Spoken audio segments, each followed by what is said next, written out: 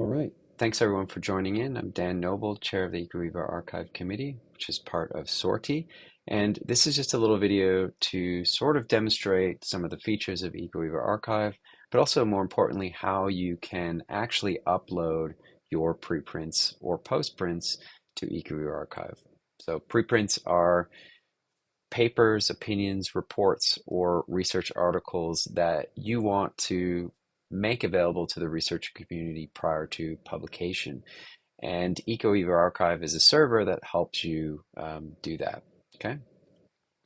Now, in order to submit a preprint to EcoEvoRxiv, you need to visit the webpage, ecoevoRxiv.org. If you haven't already created an account, just need to do that before. And once you've created an account and logged in, you will be able to access a dashboard that looks something like this.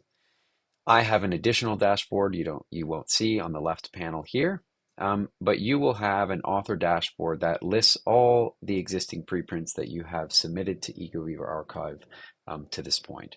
It also tells you whether a decision has been made on those preprints and when they were submitted and if they're live.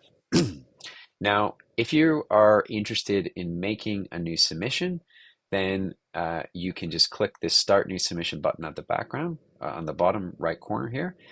If you already have an existing preprint that you'd like to update, it should be listed in the author dashboard, and you can just click on that, and I'll show you in another video how you can very easily update a preprint. It's a little bit more work starting a new submission, but it's not too difficult. So if we click on this Start New Submission, we can proceed to that page. And for this particular page, this is really the basic metadata information that is required that you input in. We have information for you about basic requirements of the preprints and what they should look like. Obviously, we don't pay too much attention to the specific formatting of the paper, but we do require that they meet certain standards in order to be published on the preprint. Before you move forward, you need to read and agree to the submission agreement, and agreeing here by clicking the box. And then once you've done that, you can actually start filling out the specific metadata. Okay, so I have my paper open usually when I'm doing this, and I can just fill in the relevant metadata by just copying and pasting, which makes it easy. And you're required to choose a license. If you don't know what license to choose, there are details on the bottom right here, and you can, excuse me, click on the license selector to see what might be most suitable for you. Most licenses should be CC BY 4.0. This is open access in all ways, so I just usually choose that. If you're dealing with a preprint that has already been accepted, in other words, what you're trying to do is upload what we call a postprint. In other words, it's been accepted, but you want to load up the version just before copyright editing and you already have a DOI, you can insert that publication DOI here. That's really important in making sure that the DOI provided to the preprint is associated with the published version. Okay, we don't have that here, and so I'll just leave it blank. You can then select, excuse me, fields that are relevant to you. Obviously, this is a behavior paper, so I'm going to start picking some of these. And you can just keep moving on. If you have keywords, you can list those. I might just list those here.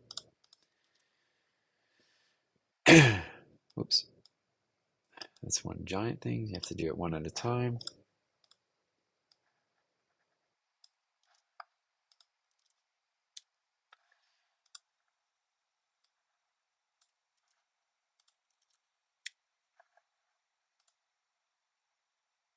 And that might be fine. The language of submission, EcoEvoRxiv takes 3 different languages: English, Spanish, or Portuguese. And if you have a Spanish Portuguese manuscript, just select that language, and we have editors that will screen those papers. Now we also have a box here for data and code availability. If the data and code is associated with a link, such as it being on GitHub, Figshare, Zenodo, or Dryad, you can actually insert that information there. We actually have all of our code and data on GitHub, so I will make that accessible. And once you're done, if you have any comments that you think might be important for the editors, you can list those here. Otherwise, you can just move on to the second step. This step is probably potentially the most tedious because you need to add all the authors associated with the manuscript so that they can get recognition and are recognized as being authors on this preprint. You adding yourself is very easy. You just say add self-author. You'll see your information from your profile propagated in the right here under the authors list. You can search ORCID IDs or input email addresses in the search tab. Sometimes that works, sometimes it doesn't. In this case, it did from Maida. You can also just leave that information there. We'll search for the last author, and that will add information there to them if they're listed already on previous preprints. Once they're done, you can reorder. The most important is that obviously details of email and name are correct. And then you can just complete step 2.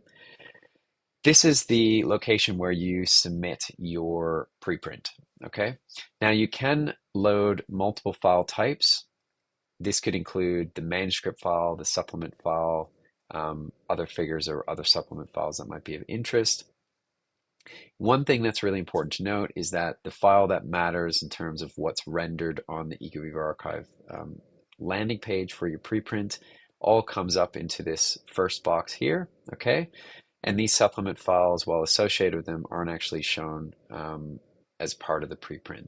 So if you want the supplement file to be associated with the manuscript file, then what I recommend doing is making one giant PDF of your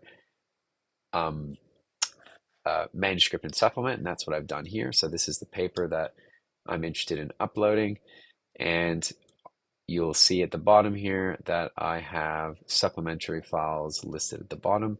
That would mean that it's all one giant PDF, so everybody can access this particular preprint supplementary files.